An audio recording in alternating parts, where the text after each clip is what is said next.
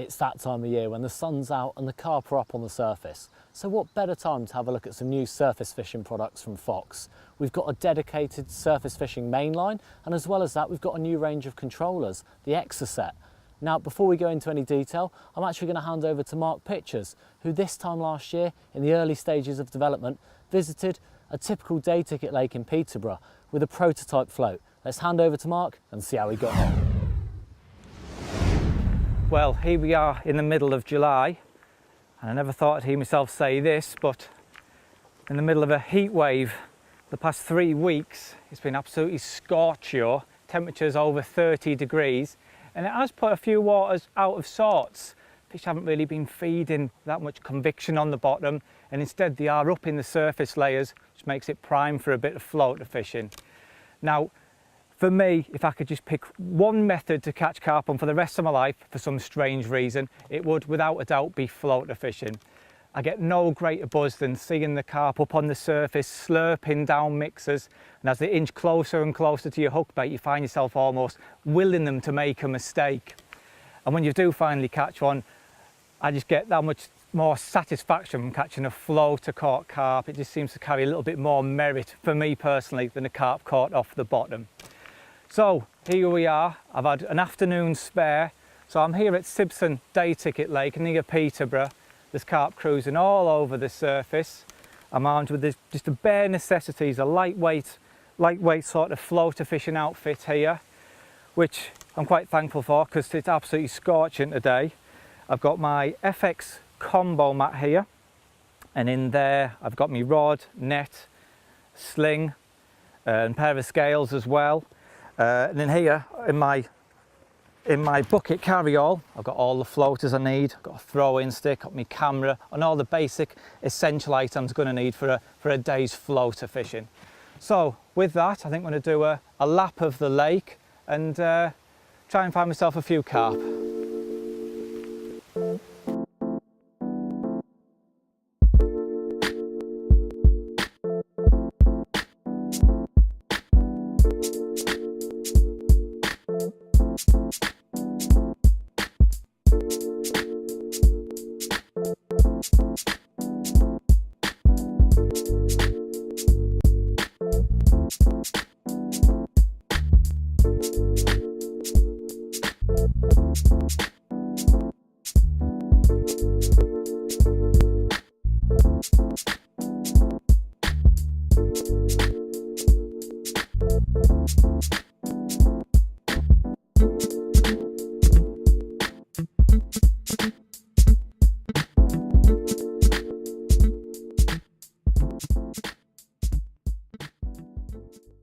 Well, I've had a good walk around the lake and I found quite a lot of fish down at the far end in amongst all the weed. And I've been trickling floaters for quite a while now, and there's quite a few fish feeding confidently. So it's about time we made a cast. Now, this is actually a perfect opportunity to test out a new product, a new controller that we're working on. This is at the very, very early development stages here. But the advantages of this float, as you can see, it hangs almost like a helicopter setup. What that does, it gives it great aerodynamics, but as the line tightens when you're playing a fish, it almost acts like an inline sort of setup because of the slot that's angled on the back of the float there. Like I said, this is at its very early development stages. This has got a clear plastic top. These probably will be coloured and interchangeable, weighted at the bottom, and it also really does aid in hooking the fish as well. It has superb bolt effect properties. So this is going to be the very first time it's been in the water. So let's give it a go. Now the other advantage of this float is it isn't going to dive very far under the water because it's shaped like an egg. And because I've got an island in front of me, I'm unable to cast beyond the fish and wind the rig into the feeding fish. So this rig is going to land, the float is going to land right in among the feeding fish, and it shouldn't spook them at all.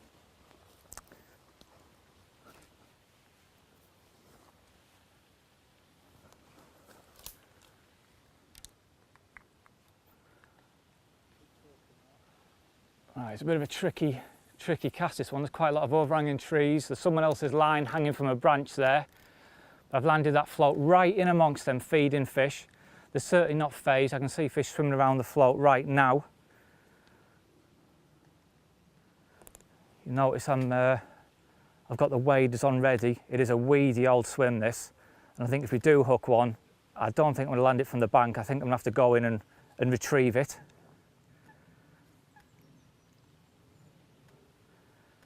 There's fish all over around the float there. They're certainly not been phased by the introduction of the rig. There we go. That was a really explosive take. So the float's doing its job with the bolt effect, that's for sure. I'm going to give him a little bit more stick than I would normally, just because of all this weed. That really was a textbook take, that. Real eruption on the surface. Means you don't have to concentrate on your hook bait, you can concentrate on feeding the swim.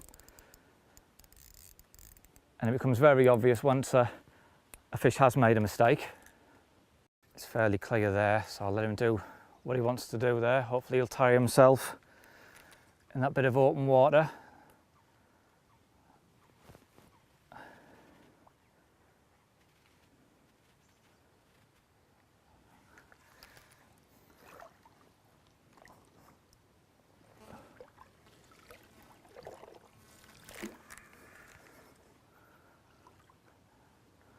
I think he's got a bit of weed over his eyes, so he seems to have calmed down a bit. He's been quite cooperative, actually.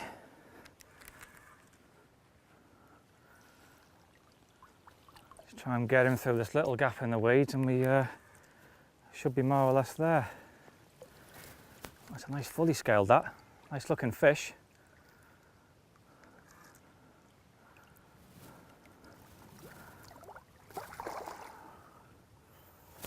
Just that little wall of weed. Once we get him over there, and we've got him. Let's have a look at him. Oh, he's a pretty fish. Cracking little fully scaled, that. That's a proper result. I'm absolutely made up with him. Float did its job. Nice one. Let's have a look at him. Well, as you can see, he's absolutely nailed. The float's certainly done his job. Hook's right back in his mouth. And that was aided by the flat sides on the float, which give it more resistance in the water. It really does emphasise the bolt effect. You don't have to strike when you get a take. All you see is a big eruption on the surface where the fish is hooked. It's a case of lifting in the rod, and away you go. He's very lean. They've only recently spawned, which is his nice side. There you go. Look at that for a fully scaled. What a little minter. I'm made up with that. It's good to see the float working as it should. And I've just looked over the cameraman's shoulder as I heard them slurping down more floaters, so I think I'm going to get this one back and have another go, because they're absolutely pack-manning out there. Right, let's get another one.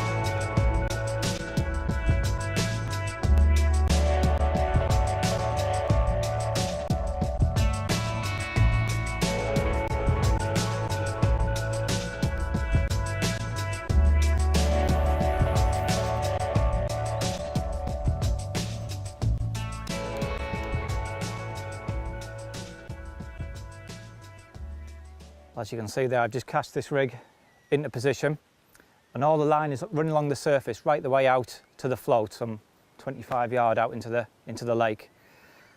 that's obviously very, very important as there's fish moving around, feeding just below the surface. Last thing you want is the line to sink and come in contact with them, as it will spook them. And also, because everything's running above the water, it makes it much more crispy and a lot more contact with the rig. Once you do get a take, everything's a lot more direct than if the line was just below the surface. Another thing I've just seen I've done there, which is why it's important to have a floating line, is a little bit of a breeze has just picked up, and the float is just beginning to drift slightly, and I've got a little bit of a bow in the line. Because the line is floating, it's buoyant, it enables me to mend the line and keep a direct contact at all times. Now, this line is a prototype line I'm currently working on.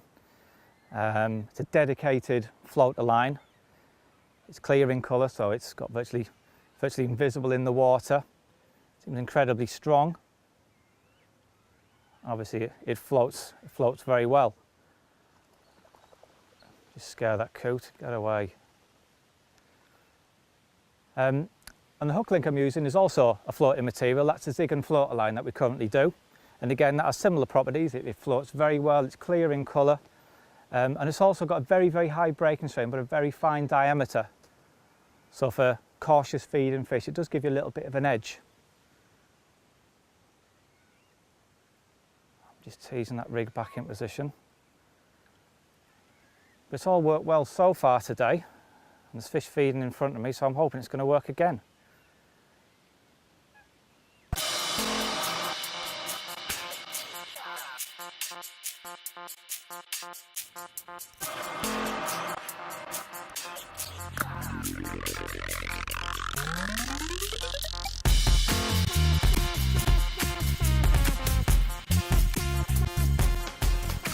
Just shorten the hook link down there to about 2 foot.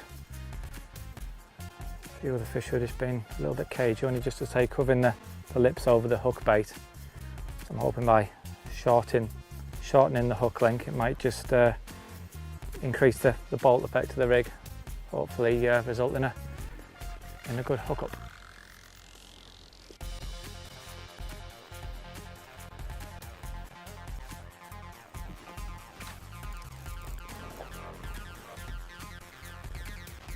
I've managed to hook into another fish. Well, it seemed as though shortening down that hook link definitely did the trick.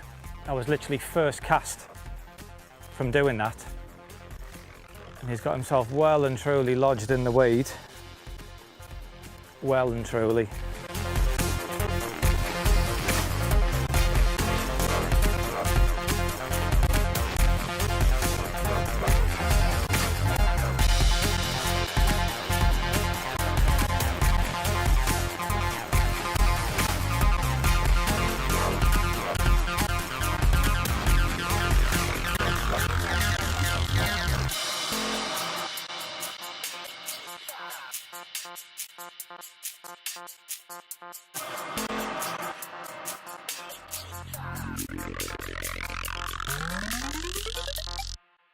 Well, we had some right dramas with this fella. I had to go in to retrieve him. Water came over the waders a couple of times, so I got a good soak in. He's well spawned out, but check that out. He's a proper scaly little fella, isn't he? Great looking fish. Looks like a snake. I'm over the moon with this one. It's been quite tricky this afternoon. They've really have been on guard since that first fish we caught. So it's nice to put another fish on the bank. And a great looking fish too. Well, let's get him back.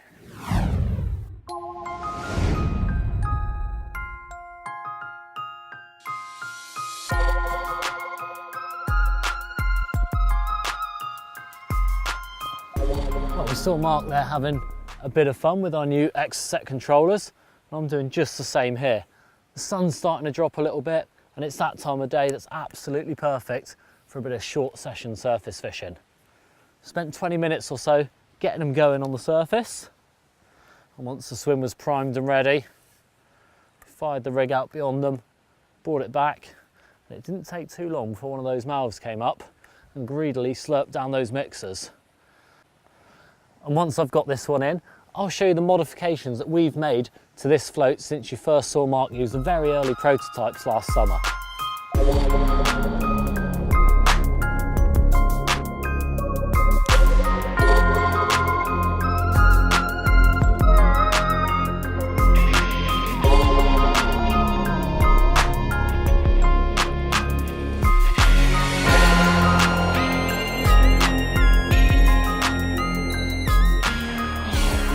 Finally got this one beaten, lovely common. Well, that's the first one of the session in the net. I think we'll get it out on the mat and have a look at it. Well, here we have it, the first fish of the evening. Lovely little Millhays common. Might just about break double figures on a good day, this one.